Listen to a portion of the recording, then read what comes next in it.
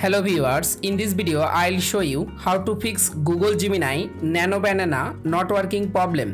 If you want to solve this problem, please follow the step. Step 1. Long press or long tap on Google Gemini app. Go to Apps Info. Click on Storage. Again click on Clear Data. Tap on Clear Cache Data in Gemini app. Step 2. Open Play Store.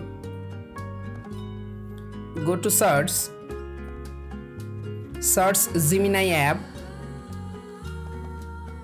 Update your Gemini application latest version. Step 3. Again open your phone setting.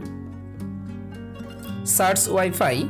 You make sure your Wi-Fi or mobile data connection is properly connected. Step 4. Restart your device and reopen it. Again open your Gemini app.